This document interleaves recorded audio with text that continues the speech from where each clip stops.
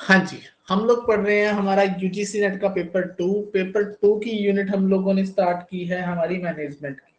ठीक है जी। मैनेजमेंट का कल हम लोगों ने पहली क्लास ली थी जिसमें हम लोगों ने मैनेजमेंट का मीनिंग क्या होता है, उसके लेवल क्या होते हैं, मैनेजमेंट की फीचर क्या होती है, ये हम लोगों ने पढ़ लिया था। उसके लेवल पढ़ ली, लेवल ऑफ मैनेजमेंट पढ़ लिया था।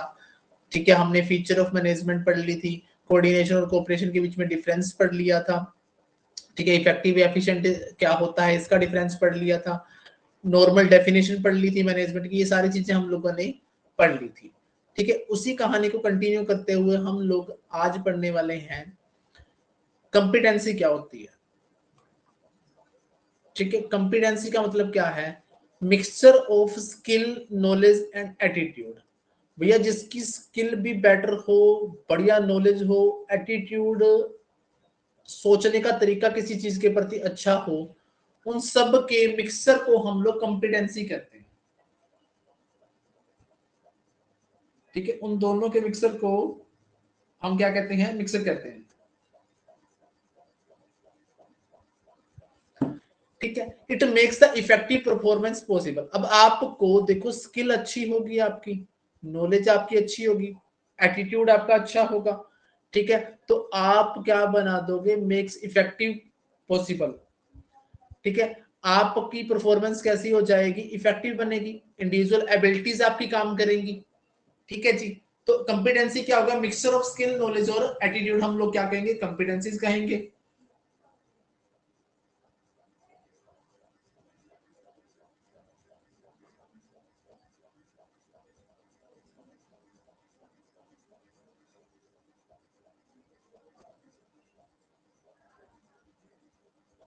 एक सेकंड मुझे,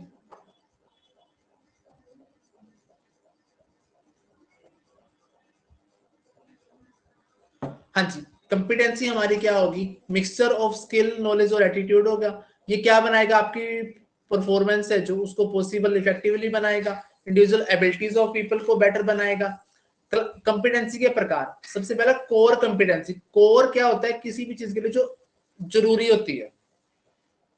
ठीक है, दीज आर द इंटरनल, ये आंतरिक कंपिटेंसी होती है किसी भी इंडिविजुअल के, इंटरनल जो क्वालिटीज होती हैं। ठीक है, जो नेसेसरी जरूरी होती है सक्सेस के लिए, टीम वर्क के लिए, कम्युनिकेशन स्किल। अब एक चीज देखो, किसी आदमी के अंदर अगर बोलने की स्किल अच्छी है, ठीक है, कम्युनिकेशन स्किल अच्छी है, किसी को बोलने का तरीका बढ़िया आता है, ठीक है, तो वो अच्छे तरीके से चीजों को टैकल कर पाएगा। ये चीजें क्या हो सकती हैं, जो उसके सक्सेस होने के चांसेस ज्यादा होंगे, उसकी कम्युनिकेशन स्किल बढ़िया है। ठीक है, तो टीम वर्क बढ़िया तरीके से कर पाएगा। कैसे कर पाएगा, जैसे आप एक चीज देखते हो, मोदी जी का भाषण देखते हैं हम लोग। ठीक है, जब भी वो स्पीच देते हैं, ठीक है, उनकी स्पीच आप सुनने वाली होती है, बहुत ज्यादा इफेक्टिव होती है। ठीक है, तो उनकी कम्युनिकेशन स्किल क्या है, बेटर है। ये एक कोर कॉम्पिटेंसी है। सेकंड है प्रोफेशनल कॉम्पिटेंसी, जो स्किल सीए में होती है, डॉक्टर में होती है, वो प्रोफेशनल होगी।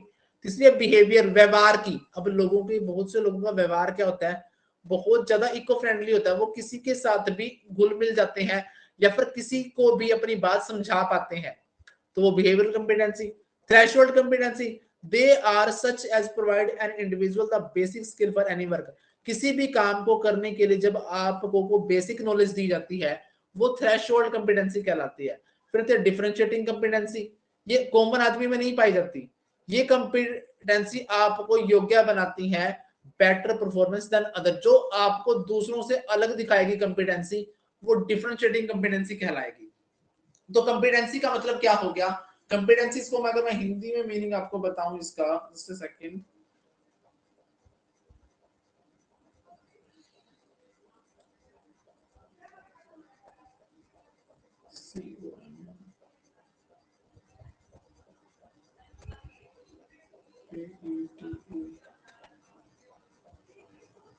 हाँ जी, कॉम्पिटेंसी का होता है क्षमता, क्षमता जिसको आप लोग बोलते हो।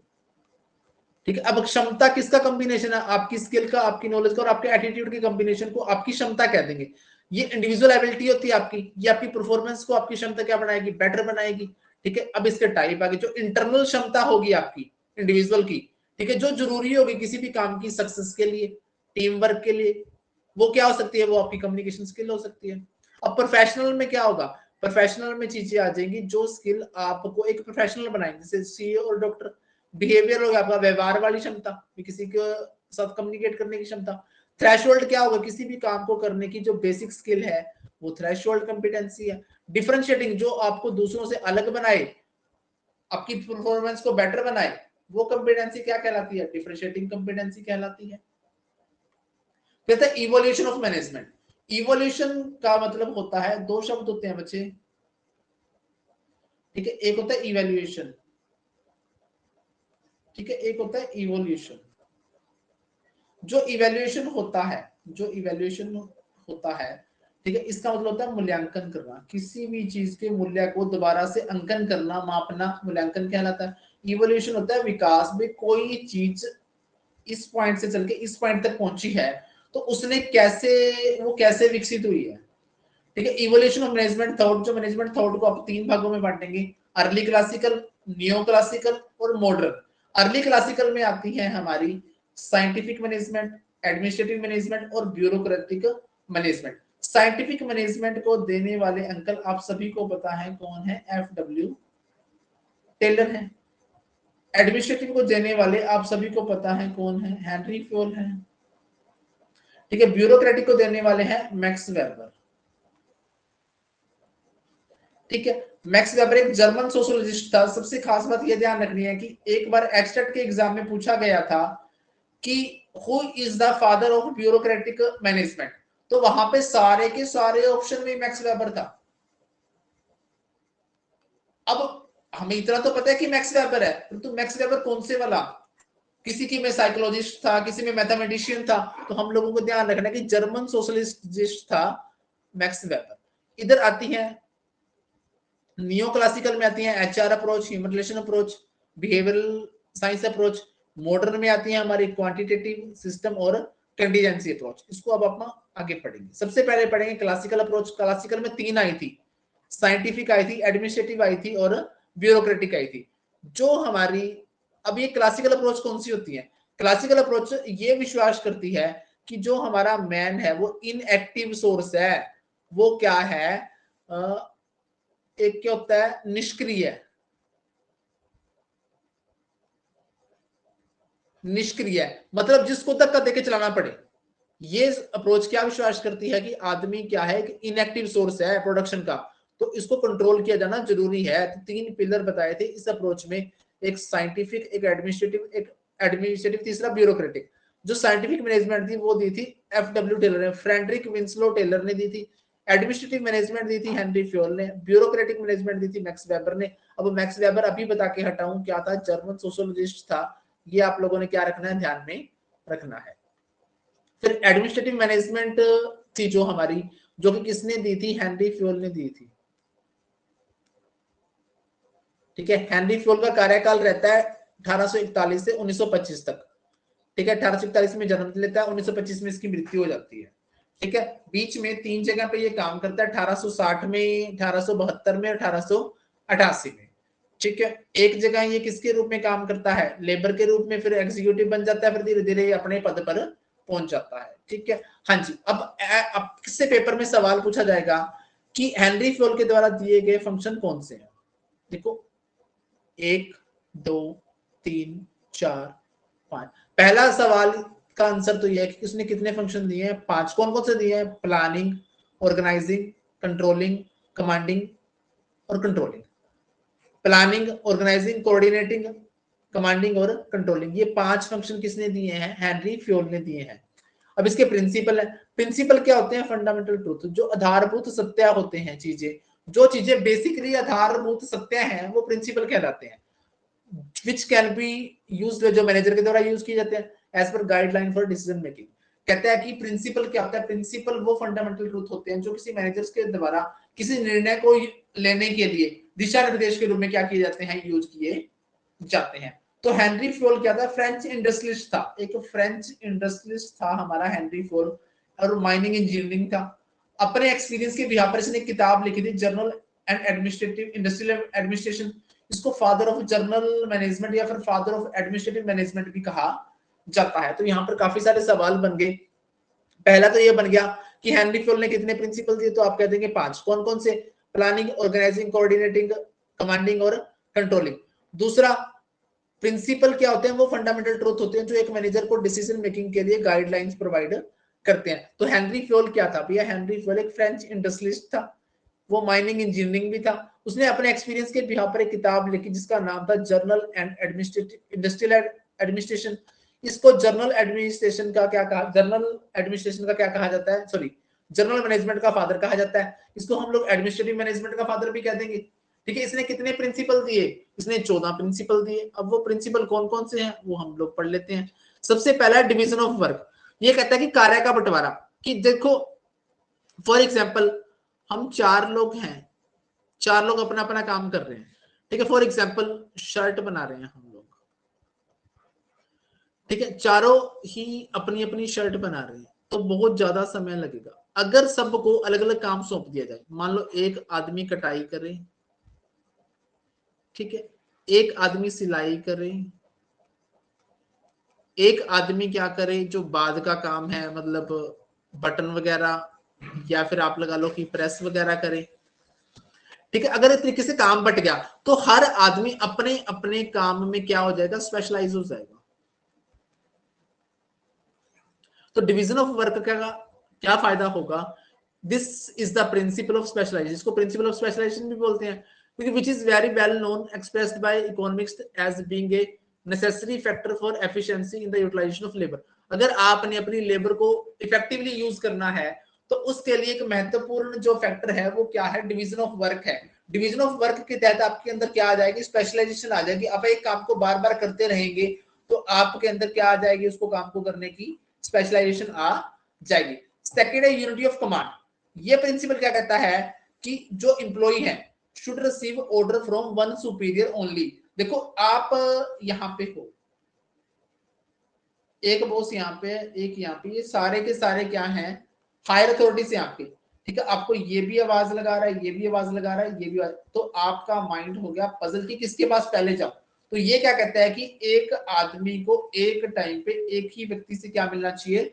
ऑर्डर मिलना चाहिए। तो ये कौन सा प्रिंसिपल कहता है? ये प्रिंसिपल कहता है हमारा यूनिटी ऑफ कमांड का। कहता है कि employ should receive order from one superior only. तीसरा है यूनिटी ऑफ डायरेक्शन।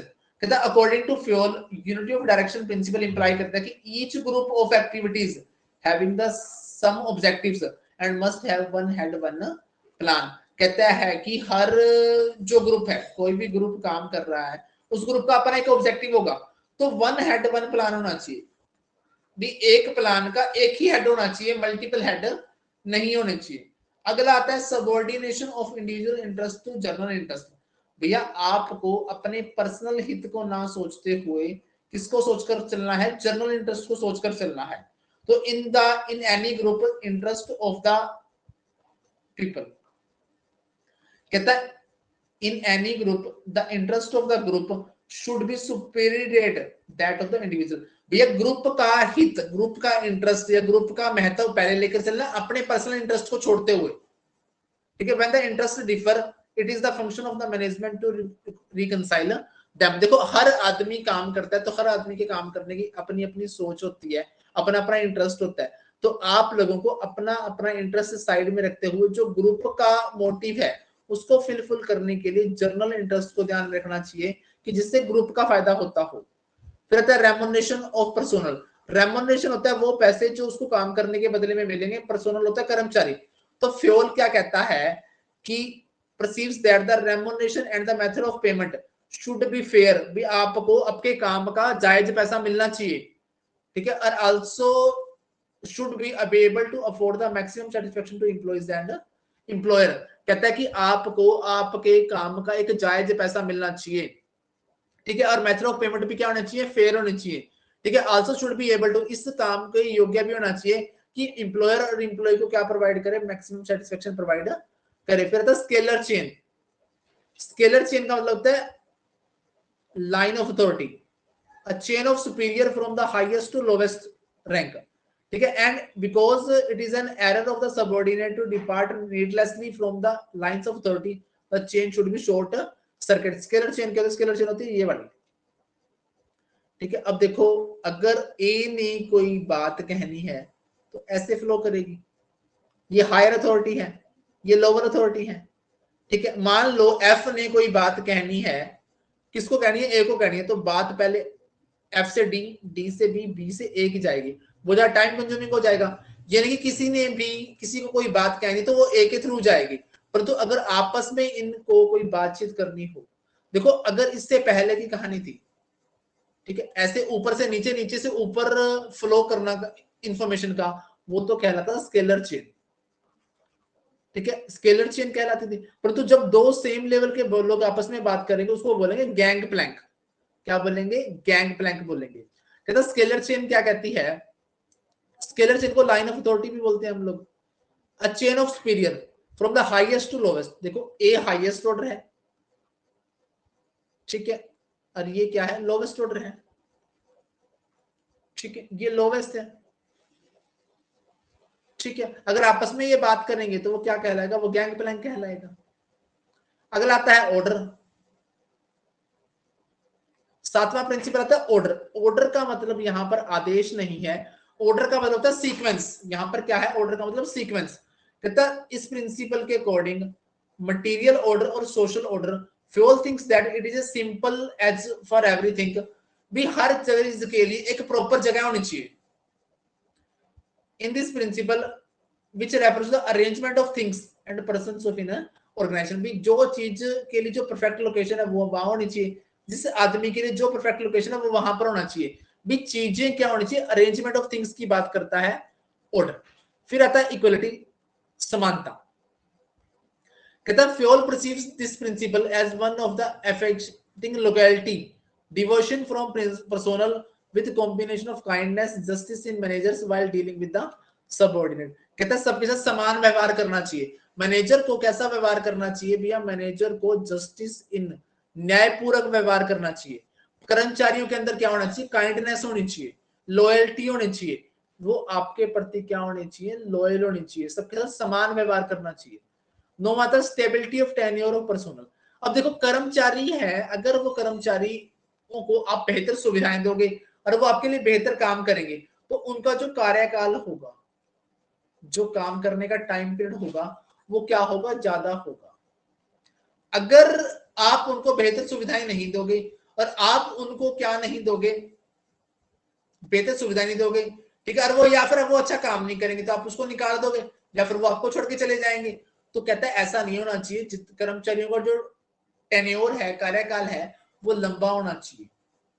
कहता है फाइंडिंग दैट इनस्टेबिलिटी, इनस्टेबिलिटी नहीं होनी चाहिए, स्टेबिलिटी होनी चाहिए।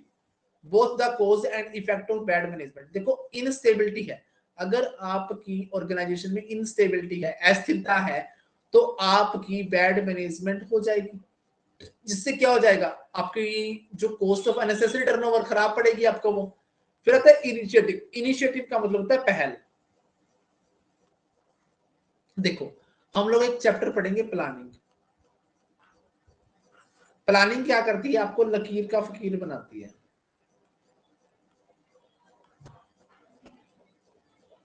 मतलब जो लाइन जैसे बोलती आप उसी पे चलोगे, अपने पार्ट पे नहीं सोचोगे।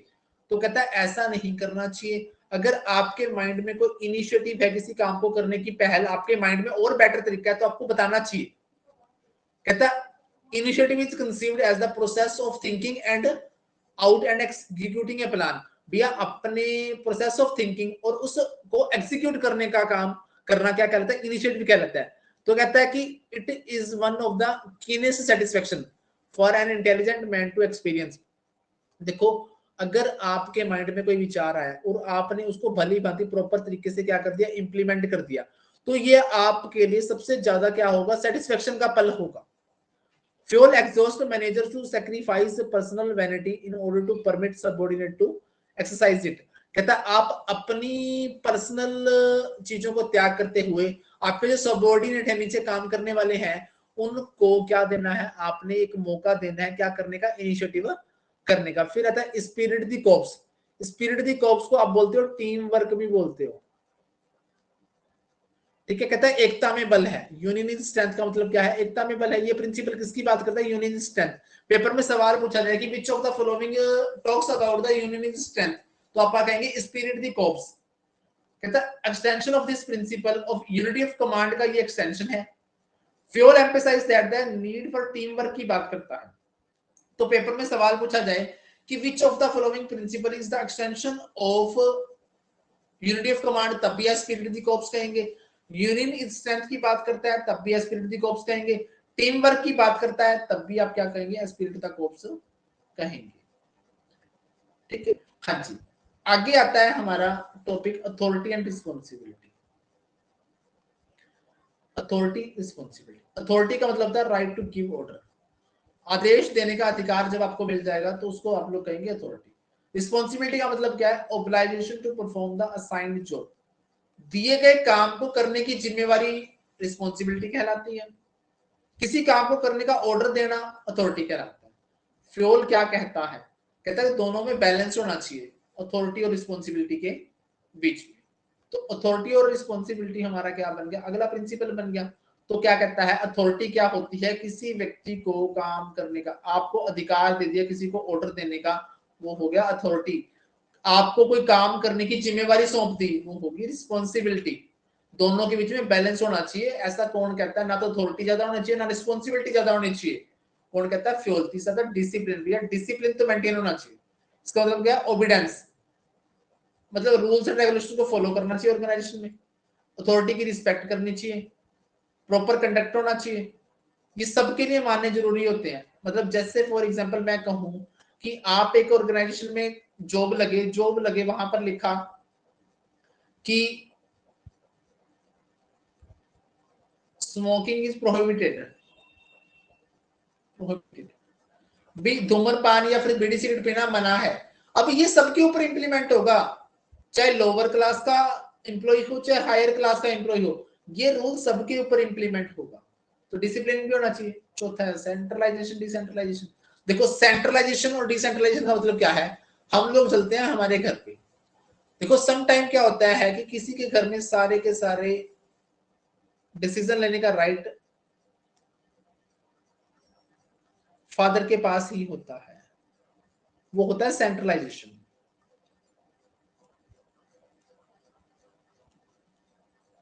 ठीक है, जब आपके अधिकार लेने की पावर आपको प्रदान कर दी जाए, नीचे तक दे दी जाए, डिसीजन लेने की पावर आपको नीचे तक दे दी जाए या फिर काम को नीचे तक बांट दिया जाए, ठीक है, तब वो क्या कहलाता है, डिसेंट्रलाइजेशन कहलाता है। तो सेंट्रलाइजेशन और डिसेंट्रलाइजेशन क्या कहता है, according to Fayol everything which goes to increase the subordinated role, हर वो चीज जो सबऑर्डिनेट का रोल बढ़ा दे, हर वो चीज जो सबऑर्डिनेट का रोल क्या कर दे, बढ़ा दे, everything which goes to increase the subordinate का रोल बढ़ा दे, वो डिसेंट्रलाइजेशन कहलाएगी। जो कम कर दे वो सेंट्रलाइजेशन कहलाएगी। जब सारी की सारी शक्तियां एक ही जगह केंद्रित हो जाएंगी तो वो सेंट्रलाइजेशन, जब सारी की सारी शक्तियां नीचे तक बांट दी जाएंगी वो क्या कहलाएगा, डिसेंट्रलाइजेशन कहलाएगा। फ्योल क्या कहता है कि सब कुछ में क्या होना चाहिए, बैलेंस होना चाहिए। ठीक है, तो आपको सबसे कॉमन चीज क्या करनी है कि 14 के 14 प्रिंसिपल के नाम ध्यान रखने हैं। ठीक है, कुछ एक ऐसे हैं जिनसे सवाल डायरेक्टली पूछा जाता है कि जैसे इसमें से यूनिटी ऑफ डायरेक्शन में क्या था, यूनिटी ऑफ डायरेक्शन में क्या था, वन हेड वन प्लान। भी वन हेड वन प्लान किस चीज में आता है, तो आप लोग कहेंगे यूनिटी ऑफ डायरेक्शन में आता है। कमांड, इसमें कंफ्यूज हो जाओगे आप लोग, दूसरे और तीसरे में कंफ्यूज हो जाओगे। कमांड में जो कहता है कि एक आदमी को एक टाइम पे एक ही व्यक्ति से ऑर्डर मिलना चाहिए, डायरेक्शन में कहता है कि वन हेड वन प्लान की बात करता है।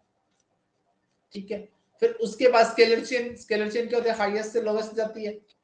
ठीक है, गैंग प्लैंक क्या होता है, जब सेम लेवल के लोग आपस में बात करेंगे वो गैंग प्लैंक हो जाएगा, ये सवाल। फिर अगला होता है ऑर्डर, ऑर्डर का मतलब है सीक्वेंस, हर काम अपनी जगह व्यवस्थित तरीके से पड़ा होना, समान पड़ा होना, व्यक्ति अपने काम पे लगा होना, वो ऑर्डर कहलाता है। इक्विटी, सबके साथ समान व्यवहार। इनिशिएटिव होती है पहल क्षमता। स्पिरिट दी कॉर्प्स के ऊपर बनने वाले सवाल मैंने आपको बता दिए कि यूनिटी ऑफ कमांड का एक्सटेंशन है, टीम वर्क की बात करता है, यूनियन स्ट्रेंथ की बात करता है, अथॉरिटी एंड रिस्पॉन्सिबिलिटी, डिसिप्लिन और सेंट्रलाइजेशन एंड डिसेंट्रलाइजेशन। अब पोस्ट कोरप बहुत बार पूछा जाता है पेपर में कि पोस्ट कोरप किसने दिया था, भैया आप सीधा सीधा याद रखेंगे, ये दिया था लूथर गुलिक ने। अब इसकी full form, planning, organising, staffing, directing, C से कोऑर्डिनेटिंग है, सी ओ से कोऑर्डिनेटिंग है। ठीक है, आर से रिपोर्टिंग, बी से बस्टिंग, किसने दिया था? लूथर गोलिक ने दिया था। कब दिया था? 1935 में दिया था। पोस्ट कोरब भी बोलते हैं, समटाइम ऐसे ही लिखा होगा ये कि पोस्ट कोरब किसने दिया, तो आप लोग कह देंगे लूथर गोलिक ने दिया। कब दिया? 1935 में। अब ये पूछ सकता है कि पोस्ट कोरब में क्या शामिल नहीं होता, ठीक है। अब ये चीज देखो, इस सी से आप लोग बहुत बार अंदाजा लगाने का प्रयास करोगे यार कंट्रोलिंग हो सकता है, तो कंट्रोलिंग नहीं होता, ये कोऑर्डिनेटिंग होता है। क्या होता है? कोऑर्डिनेटिंग होता है। तो इसमें कंट्रोलिंग नहीं है कहीं भी, प्लानिंग है, ऑर्गेनाइजिंग है, स्टाफिंग है, डायरेक्टिंग है, कोऑर्डिनेटिंग है, रिपोर्टिंग है और बस्टिंग है। कंट्रोलिंग नहीं है, बचना इस चीज से। इवोल्यूशन ऑफ मैनेजमेंट में अपन ने अर्ली क्लासिकल अप्रोच में, ठीक है, स्टार्ट कर लिया था। स्टार्ट करके अपन ने किसको पढ़ लिया था? जनरल मैनेजमेंट अपन ने पढ़ ली। जनरल मैनेजमेंट का दूसरा नाम क्या था? Administration management.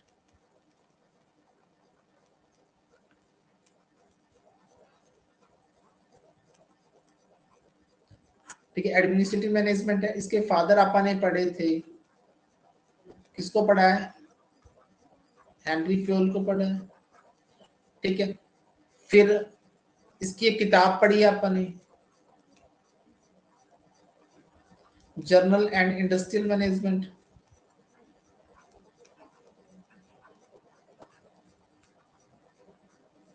ठीक है, उसके बाद इसका कार्यकाल पढ़ा अपन ने 1841 से 1925 तक। ठीक है, इसकी कुछ अचीवमेंट्स थी 1860, 1872, 1888। ठीक है, फिर आता साइंटिफिक मैनेजमेंट, जो किसने दिया? एफडब्ल्यू टेलर ने। ब्यूरोक्रेटिक किसने दिया? मैक्स वेबर ने। मैक्स वेबर क्या था? जर्मन सोशियोलॉजिस्ट था।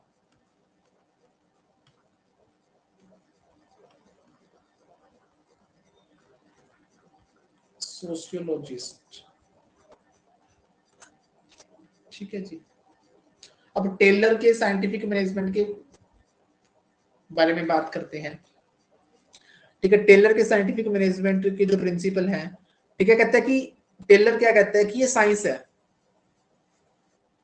भी टेलर किसकी बात करता है? विज्ञान की बात करता है, चीजों को साइंटिफिकली सॉल्व करने की बात करता है। कहता है ये साइंस है, not rule of thumb. Scientifically train करना चाहिए एम्प्लॉय को, इंश्योर करना चाहिए most efficient ways of working are use. भी काम करने का सबसे उच्चतम तरीका ढूंढना चाहिए, काम बांट देना चाहिए मैनेजर और वर्कर के बीच में। पे बेस्ड रिजल्ट, भाई जैसा रिजल्ट वैसी पे, जैसा रिजल्ट वैसी पे, जितना काम करोगे उतनी पे। इसी वजह से इसने एक वेज रेट सिस्टम दिया था, जिसको आप लोग बोलते हो डिफरेंट वेजेस रेट सिस्टम है, डिफरेंट पेइंग सिस्टम। किसने दिया था? एफडब्ल्यू टेलर ने दिया, जिसका नाम क्या? Frederick Winslow Taylor. तो टेलर को हम लोग साइंटिफिक मैनेजमेंट का फादर कह सकते हैं। ये डिस्कार्ड कर, ट्रेडिशनल थ्योरी को डिस्कार्ड करता है और नहीं अपनाता है। साइंटिफिक मैनेजमेंट का मतलब क्या है? Applying the standardised method and tool to increase the output quality and decrease in cost. कहता है कि साइंटिफिक मैनेजमेंट का मतलब क्या है कि आप लोग अच्छे अच्छे मेथड अपनाओगे और टूल अपनाओगे, क्या करने के लिए? आउटपुट को बढ़ाने के लिए, क्वालिटी को इंप्रूव करने के लिए और कॉस्ट को कम करने के लिए। चार प्रिंसिपल हैं इसके। पहला है science not rule of thumb. ये प्रिंसिपल क्या कहता है कि we should not get stuck to as a routine. भी हमें रूटीन वर्क पर नहीं टिके रहना चाहिए, मतलब ओल्ड टेक्निक पर नहीं टिके रहना चाहिए। ठीक है, हमें क्या करना चाहिए? एक्सपेरिमेंट करते रहना चाहिए नई नई टेक्निक्स का, विच मेक्स, जो आपका काम सिंपल और ज्यादा तेजी से करे। ठीक है, उसके लिए आपको अपनी पुरानी टेक्निक पर नहीं टिके रहना चाहिए, आपको लगातार क्या करते रहना चाहिए? एक्सपेरिमेंट करते रहना चाहिए, जो आपके काम को बेहतर बनाएगा और क्या वो काम तेज गति से हो जाएगा। Harmony not discord. कहता है as per this principle atmosphere should be created in an organization that labor and management consider each other in discipline। B, ये क्या कहता है कि ऑर्गेनाइजेशन में ऐसा वातावरण पैदा हो जाना चाहिए कि जो लेबर और मैनेजमेंट है, ठीक है, दोनों एक दूसरे को क्या समझे? इंडिसेबल समझे। ठीक है, टेलर इस बात को क्या नाम देता है? टेलर इस सिचुएशन को नाम देता है मेंटल रिवोल्यूशन, जिसको हम लोग कहते हैं मानसिक क्रांति। इसका मतलब क्या है कि सारे के सारे जो विवाद हैं दोनों पार्टीज के बीच में, वो would be beneficial to both of them. सीधी सी बात है, हार्मनी नॉट डिस्कॉर्ड का मतलब क्या है कि ऐसा वातावरण ऑर्गेनाइजेशन में होना चाहिए कि जो एम्प्लॉई और जो मैनेजर है, मैनेजमेंट है, ठीक है, वो क्या करें? मिलकर काम करें। इस बात को क्या नाम दिया है उसने? मेंटल रिवोल्यूशन का नाम दिया है। ठीक है, इसमें क्या होगा कि सारे के सारे जितने भी विवाद हैं आपस में, जो भी इनमें वो कन्फ्लिक्ट होगा, वो एक दूसरे की बेनिफिट के लिए होगा, भलाई के लिए होगा। तीसरा कोऑपरेशन नॉट इंडिविजुअलिज्म, कहता है पर्सनल नहीं करना, इंडिविजुअल काम नहीं करना। इस प्रिंसिपल के मुताबिक सारी activity done by different people must be carried on with the spirit of mutual cooperation. कहता है सारी की सारी एक्टिविटी की तो डिफरेंट लोगों के द्वारा जाती हैं, परंतु किस वे से करनी चाहिए, म्यूचुअल कोऑपरेशन के वे से करनी चाहिए। टेलर सजेस्ट करता है कि मैनेजर और worker should jointly determine standard, भी दोनों को अपने जो स्टैंडर्ड है वो डिसाइड कर लेने चाहिए मिलकर। ये क्या करेगा, इससे इन्वॉल्वमेंट बढ़ेगी, रिस्पॉन्सिबिलिटी बढ़ेगी। हम लोग कैसे कहते हैं कि रिजल्ट क्या होंगे, मिराकल्स होंगे, अच्छे रिजल्ट सामने आएंगे। ये कहता है कि कोऑपरेशन से काम करना है, इंडिविजुअल अकेले अकेले ने काम नहीं करना। काम तो अकेले अकेले करोगे, परंतु किस भावना से करोगे, म्यूचुअल कोऑपरेशन की भावना से करोगे। Development of each and every person to his her greatest efficiency and prosperity. इस प्रिंसिपल के मुताबिक efficiency of each and every person should be taken care right from this selection. जैसे ही बंदा सिलेक्ट होगा तब से लेकर उसकी एफिशिएंसी, कुशलता क्या देखी जाएगी, ध्यान में रखी जाएगी, ध्यान रखा जाएगा। प्रॉपर अरेंजमेंट किया जाएगा हर आदमी की ट्रेनिंग का। भी हर आदमी को अगर प्रॉपर ट्रेनिंग मिलती रहती है टाइम टू टाइम, नई चीजों से अवगत करवाती जाएंगी, तो उसकी एफिशिएंसी क्या होगी, बेटर होगी, और उसका यूटिलाइजेशन भी क्या होगा, बेटर होगा। हाँ जी, यहां तक की कहानी आप आज तक पढ़ेंगे। ठीक है जी।